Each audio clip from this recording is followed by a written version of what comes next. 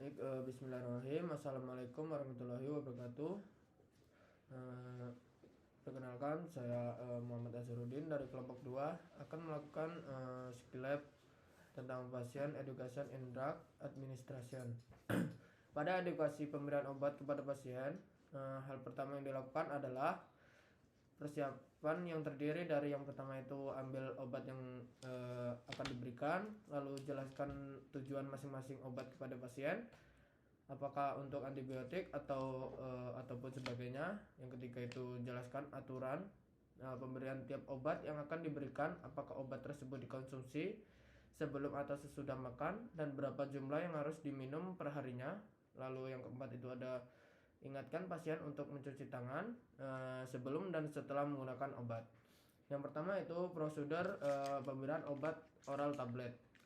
Nah, di sini setelah saya melakukan pemeriksaan fisik dan anamnesis, Bapak saya diagnosis itu ada gangguan di telinga, yaitu infeksi pada telinga.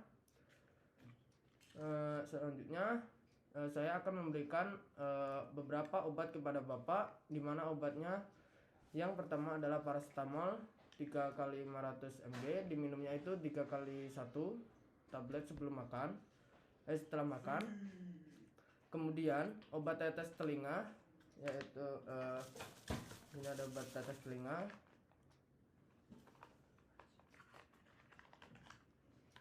Nah, di sini obat telinga yaitu 3 kali 1 tetes. Setiap Bapak mengkonsumsi obat ini harap melakukan cuci tangan. Untuk pemakaian obat minum dikonsumsi setelah makan. Nah, di sini berikan obat atau medikasi sesuai petunjuk setelah makan atau perut kosong. Nah, di sini Bapak tidak bisa minum obat tablet tanpa digerus, Pak ya.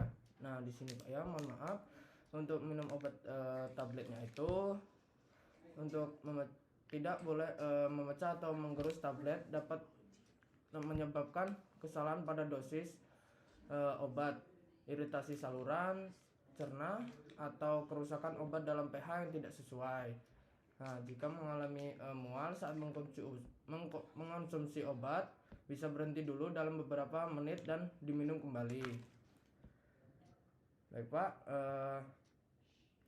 setelah saya periksa dan saya anamnesis, anak Bapak itu mengalami kejang demam, tetapi saat ini sudah mengalami perbaikan ya Pak ya. Nah, sekarang boleh pulang dan saya akan memberikan beberapa resep obat. Yang pertama adalah paracetamol sirup. Di sini ada paracetamol sirup. Lalu ini masih sirup kering ya, diberikan setiap demam 3 kali 1 sendok makan. Lalu ini adalah 125 mg dan ini diberikan sesudah makan. Di rumah Bapak juga persiapkan, akan kami sediakan untuk obat anti kejangnya. Ini modelnya adalah Rector Cop. Jika kejang bisa dimasukkan, jika kejang itu bisa dimasukkan melalui anus ya Pak, dan pastikan setiap memberikan obat kepada anak Bapak itu selalu cuci tangan sebelum dan sesudah memberikan. Baik, selanjutnya itu prosedur pemberian obat oral sirup kering. Nah, di sini yang pertama itu buka tutup botol obatnya. Lalu masukkan misalkan 60 ml air mineral atau air yang sudah matang. Nah, lalu tutup kembali obatnya tadi, kemudian dikocok. Nah, lalu pastikan sebelum obat ini dikonsumsi selalu dikocok terlebih dahulu. Nah, selanjutnya itu prosedur pemberian obat tablet sublingual. Ya, baik Pak, setelah saya melakukan anamnesis dan pemeriksaan fisik pada Bapak ini ada keluhan nyeri pada dada ya Pak ya. Sudah beberapa hari terus-terusan. Dari pemeriksaan tersebut saya mendiagnosis Bapak ada gangguan jantung, namanya angina pectoris ya Pak. Untuk menghilangkan keluhan tersebut, saya akan memberikan obat kepada Bapak. Obatnya itu diminum 3 kali 1 setelah makan. Nah, cara pemberiannya ini itu tablet sublingualnya ini diletakkan di bawah lidah. Nah, jangan mengkonsumsi air sambil minum atau mengunyah obat, hanya diletakkan di bawah lidah ya Pak ya. Nah, selanjutnya itu prosedur pemberian obat inhalasi. Nah, di sini saya mendiagnosis Bapak itu memiliki penyakit asma. Nah, oleh karena itu saya akan memberikan beberapa obat kepada Bapak. Yang pertama adalah obat Ventolin inhaler untuk mengurangi sesak napas Bapak. Diberikan 2 kali hisap setiap mengalami sesak ya Pak. Nah, di sini untuk mengurangi rasa tersumbat pada hidung Bapak, saya juga memberikan obat tetes hidung, diberikan 3 kali 1 tetes di setiap lubang hidung. Nah, di sini yang pertama itu sebelum melakukan memberikan obat, Bapak terlebih dahulu itu batuk untuk mengeluarkan dahak sebanyak mungkin terlebih dahulu Pak ya. Nah, selanjutnya itu kocok aerosol sebelum digunakan. Lalu pegang sesuai petunjuk dari pabrik pembuat. Nah, yang kedua itu buang napas perlahan untuk mengosongkan paru-paru. Lalu tempelkan tempatkan pada bibir untuk menempel pada mouthpiece. Nah, lalu yang keenam itu tarik napas dalam melalui mulut dan sekaligus menekan dari bul aerosol. Yang ketujuh itu tahan napas selama 3-4 detik inspirasi penuh, lalu buang napas perlahan melalui hidung. Tunggu setengah menit hingga 1 menit untuk penghirupan berikutnya. Nah, selanjutnya yaitu prosedur pemberian obat tetes hidung. Sediakan tisu untuk membersihkan tetesan. Nah, lalu tiup hidung. Bagian hidung harus dibersihkan sebelum tetes hidung diberikan. Nah, lalu posisikan kepala dalam hiperekstensi, di mana bagian tengkuknya itu ada yang mengganjalnya seperti ini. Nah, lalu teteskan sesuai dengan dosis. Nah, selanjutnya itu hindari menyentuh lubang hidung bagian luar dengan dropper atau pipet karena dapat menyebabkan bersin. Tunggu 1-2 menit sampai obat meresap di hidung dan lalu tutup kembali obat tetes setelah digunakan. Nah, baik, setelah saya melakukan anamnesis pada Bapak itu kan mengalami konjungtivitis akut. Nah, saya akan memberikan obat tetes mata pada Bapak. Nah, Bapak ini kan mengalami kemerahan pada kedua mata. Nah, obat tetes ini diberikan itu 3 kali 1 tetes Pak ya. Nah, prosedur untuk pemberian obat tetes mata, yang pertama itu posisikan pasien itu berbaring atau duduk sambil mengadahkan kepala atau dimiringkan ke belakang. Lalu bersihkan bagian setiap kelopak mata menggunakan kapas yang sudah dibasahi oleh air hangat. Lalu buka tutup obat tetes mata. Obat tetes mata itu didekatkan ke mata, jangan sampai menyentuh kelopak mata atau bulu mata. Tarik konjungtiva bagian bawah dan teteskan bagian tengah konjungtiva bawah, jangan mengenai bagian kornea karena dapat mengganggu jaringan di sekitar kornea. Lalu pejamkan mata selama 1 menit agar obat bisa meresap. Nah, lalu di sini ada prosedur untuk pemakaian obat tetes telinga. Nah, di sini yang pertama itu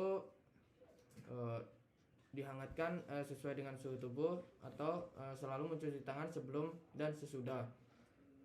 Nah, yang kedua itu untuk pasien itu berbaring miring dan hadapkan telinga yang sakit ke atas. Nah, lalu pada telinga orang dewasa, tarik bagian pinna cartilage atau bagian luar telinga ke arah belakang dan atas. Lalu teteskan bagian obat ke daerah eksternal kanal 1 tetes. Nah, tunggu selama 1 menit dengan posisi yang sama sampai obat mengalir ke dalam gendang telinga dan terserap. Lalu untuk penggunaan tetes pada anak di bawah usia 3 tahun, itu untuk tarik pina ke belakang dan ke bawah. Nah, arahkan penetes ke arah gendang telinga dan biarkan tetesannya itu jatuh di saluran eksternal. Nah, selanjutnya itu prosedur pemberian obat rektal atau anus. Untuk pemakaian obat melalui rektum atau anus ini dipastikan pasien sudah BAB. Sebelum memakaikan obat ataupun sesudah selalu mencuci tangan dan lalu menggunakan glove. Nah, buka segel penutup rectal tube. Lalu anjurkan pasien untuk berbaring miring ke kiri dan bernafas lewat mulut agar pasien tenang. Lalu buka segel penutup rectal tube itu tadi, lumuri bagian luar pipa aplikator dengan krim atau cairan rectal tube. Nah, masukkan pipa aplikator ke dalam rektum. Nah, untuk anak di bawah 3 tahun itu dia masukkan hanya setengah panjang dari pipa aplikatornya. Nah, di sini pijit sambil keluarkan rectal tube-nya. Nah, lalu pasien tetap berbaring beberapa menit setelah penggunaan rectal tube-nya kurang lebih dari 20 menit. Nah, selanjutnya itu penggunaan rectal suppositor dengan bantuan. Di sini untuk dianjurkan itu pasien untuk berbaring miring ke kiri dan bernapas melalui mulut untuk mengendurkan sfinkternya. Lalu lepaskan pembungkus dari suppositorianya atau buka penutup tabung rektal.